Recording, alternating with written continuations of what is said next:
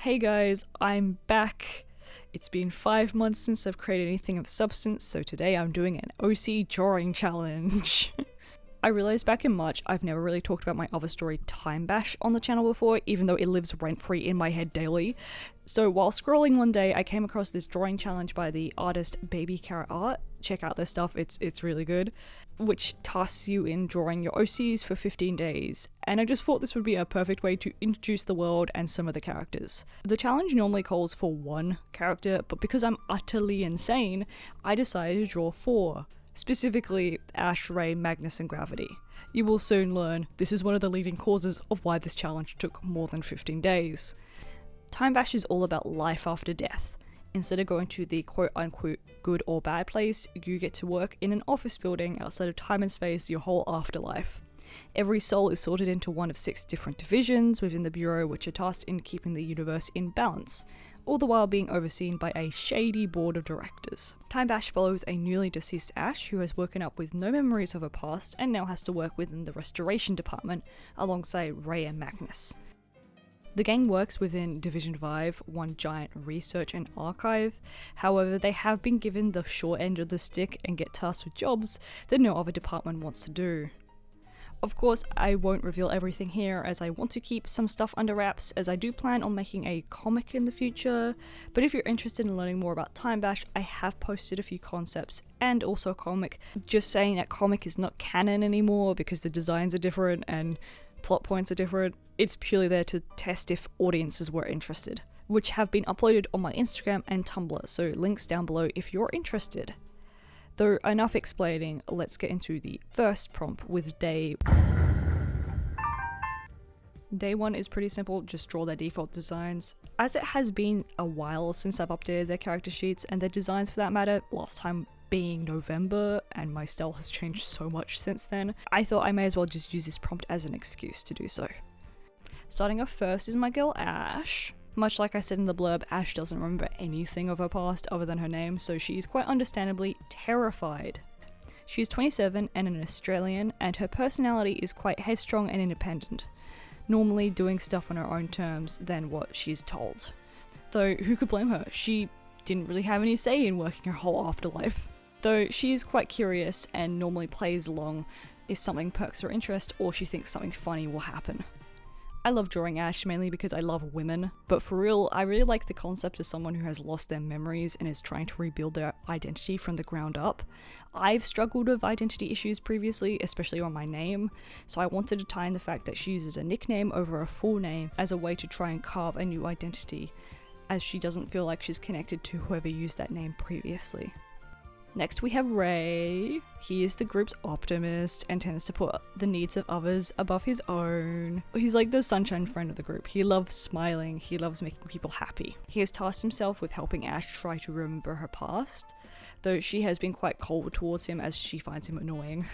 He is the youngest, being 24. He is also Australian and died in the early 2000s. When he was alive, he used to write detective novels, however, he is quite critical of his own work, as he is a perfectionist. Ray, if it wasn't obvious, is a people pleaser and has problems standing up for himself. He does come from a genuine place, but due to his insecurities, he can be very hard on himself. Though he is quite clever and normally the first to come up with solutions to a problem the gang are stuck on. Ray is another character I draw a lot, mainly with Ash, as I think their relationship is interesting. They're kind of like Jonathan Sim and Martin Blackwood from the Magnus archives. One starts off hating the other, but grows to enjoy their company over time. Next we have Magnus, who is the oldest of the group. He's like 50 something and died in the late 70s. He is also British. He's been there the longest and isn't too fazed by the ridiculous requests they're all tasked with, as he just normally gets the job done so he can get back to reading. He is quite sarcastic, cynical and melancholic, normally being plagued with depressive thoughts of his lost love, though he can be quite caring towards the others when needed, coming across as a bit of a father figure. When he was alive, he was an entomologist who specialised in collecting butterflies. Magnus has always been the most difficult for me to draw, as I don't draw a lot of characters with facial hair or old. So he's gone through a lot of redesigns. However, I finally gotten a decent design down, which I don't really want to change. He is also one of the characters I need to flesh out more, as I haven't spent much time on him compared to the others. lastly, we have my all-time favorite OC, Gravity Danger. Gravity is the director of Division 5. There is 3 to be precise, but I'll talk about the other 2 later. They are a time traveler that has been collecting versions of themselves from different timelines to run the department, as they only trust themselves. This Gravity is the youngest, being 15. They run the basement, being placed there to keep them away from everyone else. This has totally not made them become insecure about if people like them or not at all. Unlike the others who are chaotic but keep to themselves, Gravity, being a child, doesn't understand how not to be childish and is normally seen as an antagonistic force towards the gang, normally pulling pranks on them than actually acting as their boss. Gravity is over the top and nonsensical, normally just appear to vague post and leave. I love Gravity a lot. I'm sorry, I have favorites. This dumb child is my favorite, so I felt I couldn't leave him out of this video. I feel like at this point Gravity has become a kind of accidental mascot for the brand, so whenever I talk about Time Bash, they have to be there. And that's all the character designs. I do like how the refs came out, especially Gravity's, but I'm just being biased at this point. I also created some character sheets of them, just giving some likes, dislikes, and songs. Though, enough introducing, let's get into the next prompt. Day 2 is old design, and what better yet than drawing my oldest OC, Gravity. Felt like it would be really fitting to do the It's You trend, as it's a perfect way to show how the character has evolved, but also Gravity was an Undertale fan OC.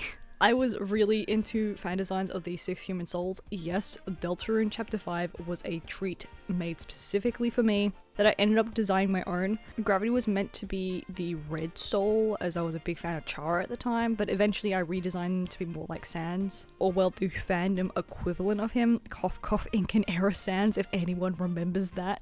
So I basically made Gravity a multi-dimensional hopper, jumping around different alternate universes, as the part of the fandom that had an utter chokehold on me was the AUs. I feel like Gravity's design has stayed somewhat consistent over the years. I've just learned how to refine and make the design more interesting and grounded. Of course, the dimensional hopping stayed, but became more about time travel, and I'm only realizing now it was due to the influence of Homestuck and the aspect of time. It's actually honestly crazy how much of Homestuck and Undertale have major influences on my teenage years, because so much of Time Bash would not be how it is if it wasn't for those 2 pieces of media. You have no idea. As for this piece, I wanted to do something similar to the non-canon comic cover I made back in, I think, September last year. I really liked the colours and the way I had carved the background out, so I wanted to do so with the frames. Lastly, I threw in a red phone, as I felt they divided the 2 halves well, but it looks like they are talking to each other from 2 different time periods. Day 3 is formal clothing. I actually had designed some clothing for them back in December for a fake Christmas card, so I basically just kept some of the designs the same. Ray and Magnus stay the same, however I changed Ray's suit to have winged tails and gave Magnus a pipe, but Ash's is completely different, as she was originally wearing winter themed clothing, so of course she's now sporting a red cocktail dress with a feather boa to fit the Division 5's colour scheme and dress code.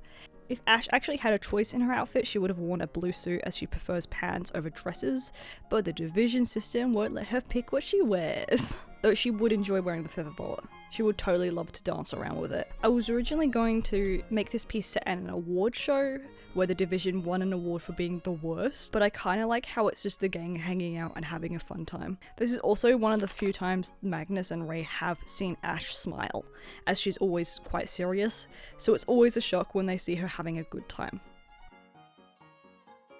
Day 4 is school uniform, and I seriously had no ideas for this. When doing this challenge, I wanted to try and keep these prompts within canon, so I wanted to give myself an excuse to start drawing these characters in different outfits and settings that would fit the universe, and also to lean away from the consistent one pose white void that we all fall victim to.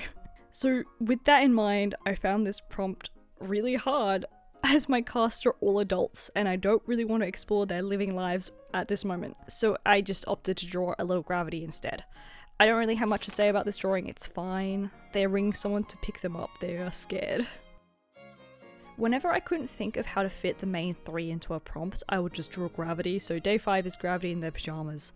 I decided to draw Gravity resting on a moon, as I had previously seen some old-fashioned photo shoots of couples and women seated on moons, and I always thought it would be fun to draw. Plus, I feel like it really fits in universe, as there is a division that looks after dreams and it's theatre themed.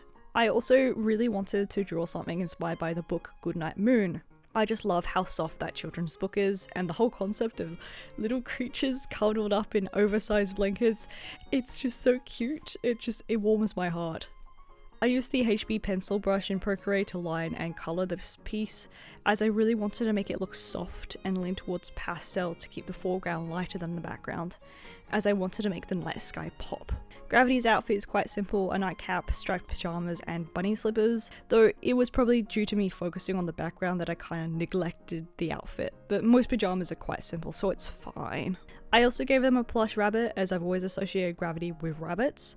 This is mainly due to the White Rabbit from Alice in Wonderland, which has a prominent time theme, but I feel like most people associate rabbits with time at this point. I have no idea why, but I think it's mainly Alice in Wonderland, but I think it's kind of cool. The main cast don't sleep, but if you are interested in what pajamas they would wear, Magnus would wear a nightgown and cap, Ash a 90, and Ray Hello Kitty pajamas. Day 6 is Fursona. I'm gonna be so real, but I love prompt lists when they have Fursona listed. As someone who only draws humans 90% of the time, it's always a treat to try and step out my comfort zone and try and draw an anthropomorphic critter. Plus, I've had animals in mind for these characters for a while now, so I was really excited to draw them. Starting with Magnus, he is a moth, specifically a lunar moth. As he was an etymologist when he was alive, I wanted his animal to be somewhat linked to his job. Lunar moths also have a very similar colour scheme as his skin, being primarily made of green, that I felt it just really fit him. If I would change anything, it probably would have been the colour of his neck and hand fluff. I think using a white would have been better. Ash is a cat. I'm pretty sure I was basing her on a long-haired blue Russian, or just the general appearance of a long-haired greyish blue cat. I feel like Ash is the most cat person out of the group, as she's quite introverted and independent. I also wanted to pick an animal that was quite fluffy to reflect her hair, and I feel like a cat best fits that idea. Much like Magnus, I wanted to keep the patchwork skin present within her original design, so I reflected that with white spots on her paws and tail. If Ash is a cat, then that means Ray is a dog. I really want them to rival each other, as they have very polar opposite personalities, and what's better yet than the stereotypical debate, cat versus dog. Ray is very much a dog person. He is loyal, playful, and overall happy to see people. Ray is specifically a Jack Russell Terrier, being based on my actual dog, Archer. If I remember, I'll put images of him up on the screen. I love my boy so much, he is so silly. I feel like a Jack Russell fits Ray's colour scheme very well, as both have brownish red hair along with how half of the face is covered, which reflects his patchwork skin. Lastly, Gravity is obviously a rabbit. I talked about it in day 5 about associating Gravity with rabbits, so there isn't much to add that hasn't already been talked about, though I had a very hard time trying to get a rabbit design down. I tried a few designs, but none of them really stuck. I think this design is fine, but weirdly the one time I designed them as a penguin, as I've said in the past, their favourite animal is a penguin, it looks better. So maybe Gravity should be a penguin. I don't know. You decide. Day 7 was as a child/adult, which is basically if a character is a kid, draw them as an adult, and if a character is an adult, draw them as a kid. So of course, I'm pulling out Gravity for this once again because this prompt is perfect for them. Like I explained vaguely in their intro, there is actually 3 Gravities that run Division 5. Gravity the youngest, who runs the basement, the scientist who is an adult, who runs the investigation department, and then lastly, the eldest being the director, who runs the division as a whole. They all do use the name Gravity, though the director will always be referred to as the director, where the scientist will get a name change eventually. I just don't know what to change it to yet. Starting off with the director, they are kind of like Gravity Prime, being the first Gravity to start collecting versions of themselves from different timelines, and the one who has been running the division the longest. This guy is paranoid as all hell, which is why they only trust themselves to look after Division 5. However, most Gravities are kind of dumb, so they all kind of form this echo chamber of stupidity, which has also caused the division to be quite disorganized. The director is this bitter and twisted recluse that locks themselves away within their office, scheming of ways to live longer than actually running their own division. They are terrified that one day someone's going to take over their role as director, so it's become a bit of a power play by having younger versions of themselves everywhere. The scientist, on the other hand, is someone I had just started designing. I had designed the director a while back, but it was only recently that I came up with the idea of having more Gravities. This is probably the first time I've actually come up with a design for them if it isn't obvious by the constant shifting of 2 different color variants in the speed paint. So this might not be the final design, but I like it so far. The scientist runs the investigation department as head scientist. They are tasked in studying temporal energy, the consistent shifting of the building they work in, and objects which fall into the bureau. They have become quite mad due to the constant surge of temporal energy that they are exposed to, which has caused a lot of their staff to distance themselves from them. Though the scientist doesn't really mind because they are quite freaked out by the fact that they work among dead people every day, as they're like one of the only living members within the division. I'm not sure how many gravities will exist by the ending of the series, but here are 2 of them for now. Honestly, I just think the concept of a time traveler stacking up variants, thinking it would help them in some kind of way, is just really funny to me. Day 8 is Swimsuit. Like what I said in Day 4, I wanted to try and keep these prompts within canon, so it was quite fun to try and figure out how I would fit Swimsuit into an office scene. So it got me thinking about how the staff could gather holiday leave, which would give them a break somewhere tropical. Where better yet than a square room with tropical wallpaper similar to what you would find in a teen's bedroom in the 2000s, plastered on all 4 walls, crusty sand-like carpet, and bright spotlights to simulate heat. A perfect getaway. They only get an hour in this room. I had luckily designed some beach-themed outfits for the gang a while back, as I wanted to make some summer-themed shaker charms. Like, the characters in a drink and you shake them around with some ice or something else in there as well. But I never really got around to making them, so I'm reusing them now.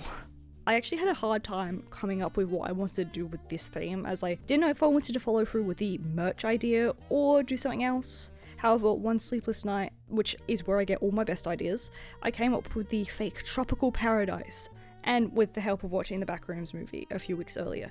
As for the piece, I wanted to make the scene appear like a postcard that the gang have been forced to pose for to advertise the new holiday getaway.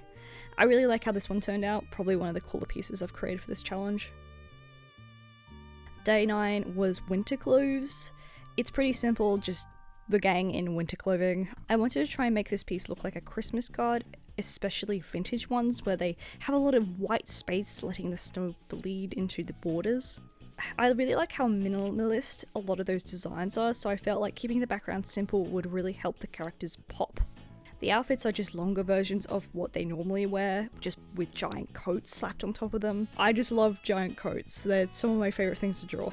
Similar to Day 8, I wanted to try and keep the prompt within canon, so I came up with the idea that there is a department which looks after individuals' timelines. This is depicted with hourglasses hanging from an endless ceiling. However, due to how fragile the hourglasses are, they must be kept in extremely cold conditions or else they will shatter. The group have been tasked in checking on these hourglasses to see if any have run out.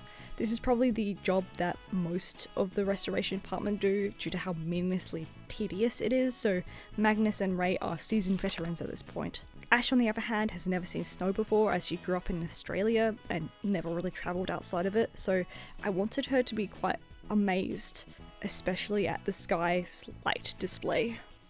Day 10 is alternate outfit. I know the original prompt is opposite fashion style, however, I never draw these characters in anything but their uniforms, so I instead wanted to draw them in outfits that they would have likely have worn when they were alive. I didn't draw Gravity here, as I actually had designed an alternate outfit for them for a failed Cringe Turbo challenge last year, and I couldn't be bothered to make a new one.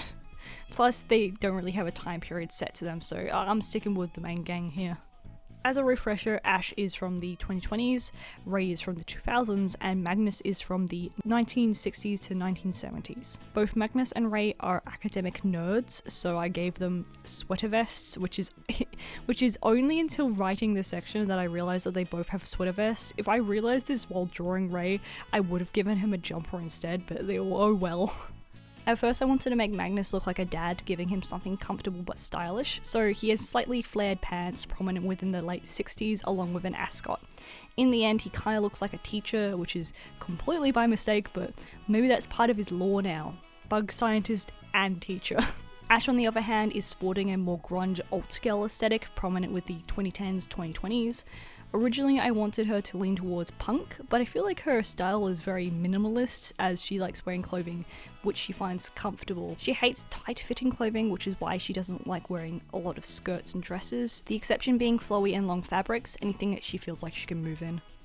Lastly, Rey's outfit is meant to fit into the preppy aesthetic of the 2000s, but it's probably the least time-accurate outfit out of the lot. Though I still really like the outfit, so I'm giving it a pass. Rey likes to look very proper a lot of the time, so he tends to stick with more academic-style clothing. However, this is only on his upper body. He always wears shoes he finds comfortable. He doesn't like the concept of standing around in uncomfortable shoes for hours. He is sensitive. I think my favourite element while designing these outfits was that I was able to actually use the colours I had associated with them. When I design a character, I tend to pick one colour which will reflect through their whole design, and so for the trio, it's the RGB colour scheme. Rey is red, Magnus is green, and Ash is blue. I did try to reflect this in their skin tones, but I was just really excited I could finally implement it into their outfits for once. Day 11 and 12 are similar prompts, so I decided to focus on Ash and her relations to each prompt, as I felt like this would be easier than doing everyone. So starting off with day 11, it's what character are they closest to? So of course that would be Rey and Magnus. Ash's relationship with these two starts off quite disconnected, mainly due to her standoffish and cold nature. She is quite anxious and is more focused on finding out who she is than getting to know her co-workers. Though after their constant pestering, they start to grow on her and she starts seeing them more as her ride or die. I was actually really excited to do this prompt as I had wanted to do a piece of them all at a book club, but I think the final piece just didn't turn out how I envisioned it. I had so many problems with Rey's expression, and I just don't get me started on Magnus's side profile. Side profiles will be the death of me, but at least Ash turned out cute. Rey is who originally set up the book club so he could get to know Magnus more. However, they are also the only members, as no one wants to venture down to the basement. Ash, of course, is there by default. She doesn't really have anything better to do, to be honest. Also, they are reading the Division 5 Employee Handbook, as for some reason it's one of Rey's favourite things to talk about. This would be Ash's first time reading it, as she had refused to touch it when she first started working there, until finally being forced to by Rey. I think one of the positives for taking so long on this challenge, and there isn't many mind you, has been my thought process behind these prompts and giving myself time to explore other ideas. Day 12 is with a character they are least closest to, so originally I was going to draw Ash with Gravity, as they definitely aren't the closest, but it's a lot more complicated than that, and something I'm still developing. So I was kind of stuck for a while before remembering I actually had made character foils for the main three. So let me introduce the gender-bent doppelgangers, Doppel Trio. I originally wanted to make these three as a way to demonstrate that Ash, Rey, and Magnus aren't the only ones who work in the basement. There are multiple office spaces, but they are very far apart from each other.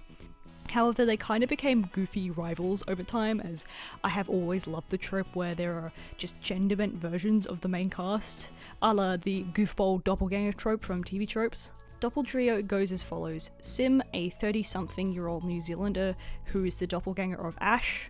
Kate, commonly known as Bob, is a 22-year-old Canadian who is the doppelganger of Rey. And then lastly, Vanya, who is 46 and British, is the doppelganger of Magnus. Much like I said before, I chose to focus on Ash's relationships, so that's why I only drew her with her doppelganger Sim. Doppel Trio are polar opposites to the main gang, where Ash is curious, headstrong, and at times aggressive. Sim is laid back, mischievous, and cowardly. Ash really doesn't like Sim and thinks he is quite annoying, especially arrogant at times, as he tends to try and rope her into his schemes, which mainly end with her and the others getting hurt. Compared to Day 11, I actually really like how this one turned out. I feel like the expression and pose is quite dynamic and really lends itself well to how these two act around each other. I didn't do them all here as I wanted to focus on Ash, but if I had more time I would have done all three, because I want to see everyone interacting. It would be so much fun. Day 13 is their hobby. I wanted to approach this prompt from the lens of memories of what they used to do when they were alive. Well, except for Ash, she just has her present memories. So I felt what better yet than showing these memories through snapshots of their past, specifically Polaroid photos. I really love how photos are treated as these important memories to hold on to, so I felt the Bureau would generate these photographs to keep track of everyone's past, present and future. The restoration department normally looks after and sorts through these photographs and places them within filing cabinets which span across the whole basement. Every person who's been alive, past, present and future, has a record. Now, as for their hobbies, Ash can't remember what she did when she was alive, but she does really enjoy folding and creating origami, especially paper aeroplanes, as she likes to find ways of trying to distract the others with them. I feel like her ability to fold origami has come from muscle memory. Who knows, maybe she took classes when she was alive. Her picture is set in the office, so there's not much to comment on, but I did try to make the Polaroids foggy and overexposed. I really wanted to lean towards that kind of dreamlike memory aesthetic. Onto Ray, he was an author when he was alive, but he also loved sailing, so I wanted to present one of his memories at the beach. I wanted to show him at his happiest, so at the beach with his Jack Russell. If you're wondering what the dog was called, it's called Jackpot, which I think is the best name for a Jack Russell. Prove me wrong. Ray's illustration is probably the weakest out of the bunch, as it doesn't really display his hobby, but I didn't really want to draw him sailing. That's really hard, and I just wanted this challenge to be over. Lastly, Magnus didn't really have any hobbies because his job was a hobby. He's so me for real. He would normally draw the bugs he caught and had published a few books with these illustrations in, so I wanted to display him at his desk working on something. However, his wife snuck up upon him taking this photo. I really like this piece, especially getting to draw all the little items on the desk, along with adding a lunar moth as a callback. I normally find Magnus quite hard to draw, but I think while doing this challenge it's really helped me to get used to his design. Getting better, hopefully. Day 14, prompt is Halloween costume, and I have no idea why I decided to draw the group as Five Nights at Freddy's animatronics. I was debating whether I should redraw the Halloween drawing I made for Cringetober last year, or just the cast in characters they kin, but for some reason I had already designed the gang as FNAF, so I guess it's FNAF time. As for the characters, I decided to do Five Nights at Freddy's 1, because they're iconic, but I like how Bonnie, Freddy and Chica can be seen as a trio as they perform together. So obviously that would be Ray, Magnus and Ash, where Gravity is Foxy as they're normally on their lonesome. I wanted their costumes to look like a collaboration between Time Bash and Five Nights at Freddy's, kind of like how Overwatch does skin collaborations and Sanrio with their merchandise, where it's a character dressed up. So here I chose to lean towards aspects of the original design seen in the ears and items, while also taking creative liberties by giving them outfits which would best represent the characters. Ray, being Chica, has an apron with the iconic phrase "Let's eat" printed across it, and leg warmers which represent chicken legs. Gravity's outfit is based on the Help Wanted version of Foxy, while also having a bit of the fabric from Pirate's Cove draped over their shoulder. Magnus and Ash are a bit basic, keeping to similar colour schemes and outfits more reflective of them. When I was first coming up with these designs, I was actually thinking of making them into standees, having the characters in the front and then a background behind them, like the main stage or Pirate's Cove behind them, so it looks like they're performing. I did eventually draw these backgrounds, although I don't think they're the best, so instead of keeping the characters in a void, I actually decided to edit the characters into these backdrops, which I actually think they turned out really well. I really like Gravity's one, it's really spooky, and I think that's why it works so well. Now, ending out the challenge, we finally made it. It's day 15, and the prompt is family portrait. So I'm bringing back the Gravities as I love the concept of these large portrait paintings being hung around Division 5, creeping out the workers, along with there not being a prominent family within canon. Actually, wait, thinking about it, I could have actually done a group photo of Ash, Ray and Magnus in the same vein as Severance, where they have like the photo frames sitting on their desks. Honestly, maybe another time. I'm gonna do that. I'm tempted. Anyways, I really like this piece. I wanted to try out some of the new Procreate brushes, as they had just introduced some cool oil paint and watercolor based sets in the latest update, and oh boy, are they really fun. As someone who loves watercolor in a traditional setting, it's always fun to see how it's replicated in a digital one. Of course, I wanted to try and make this portrait look like it had been painted traditionally, so I went with this lineless style using the new oil paint brushes. Honestly, I need to do lineless more often as my style actually lends itself really well to it. I also wanted to try and make this appear like it's hanging on the wall within the division, so the background is concrete as the architecture of the bureau is brutalist. Just means a lot of concrete and weird looking rooms. I did have difficulty rendering the concrete before just giving up and slapping a filter over the top, which at least it still looks good. I tried. I also threw in another reference to the backrooms with the wallpaper down the bottom being similar. I'm gonna be so real, the backrooms is probably the biggest inspiration for the architecture of the bureau, apart from like the brutalist elements. I love giving a little nod to it. I just think the concept of the backrooms is really cool. And we have made it to the end of this challenge and this video. This is probably my first prompt list I've ever completed, apart from doing Inktober, but that was like almost 8 years ago. I'm gonna be real, this took me a hot minute to complete, 3 months, but who's counting?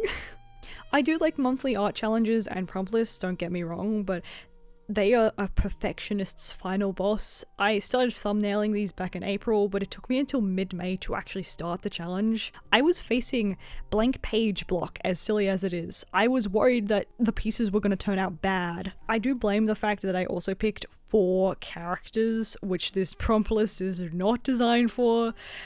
So it really led to the procrastination, but I am kind of happy that I threw myself into the deep end, so if I do another one in the future, I know what not to do. Of course, I would be missed if I didn't mention the fact that due to this long period, I was able to flesh out these concepts more, which if I had only a week to do this in, I don't think I would have thought about. However, I was also thinking of finished pieces in mind and not just outfits, which probably should have been my main focus, though I was able to step out of my comfort zone by putting these characters in environments, settings, and exploring their character dynamics further due to these more fleshed out pieces. I feel like now that I've completed one prompt list, small as it is, I do want to do more. Like, this challenge was really fun. I have been competing in Art Fight this year, which is kind of a monthly art challenge in itself, loosely. I have been forcing myself to complete pieces within an hour window, which has been quite rewarding, so I might start using that method in the future as my way of completing pieces, as I'm forcing myself to not be as much of a perfectionist. So if anyone has a monthly art challenge they want me to tackle, comment down below, I might do it. And that's all the pieces. Thank you for making it to the end of the video. I hope you enjoyed getting to know my characters. So be prepared to hear more about them in the future. I love talking and drawing these guys. I have a few more OC videos coming soon. I'm making some new OCs. I'm making a part 2 to Tape 1111, which yes, I did not forget about it. It is coming soon. It's just a lot bigger and longer than I expected. And I'm doing another video which was technically meant to come before this one, but also that got a lot bigger and longer than I expected. So I guess if you like my OCs and want to see more videos about them, consider giving my channel a follow. I love talking about my OCs and OC work. Anyway, I hope you have a good one. Bye!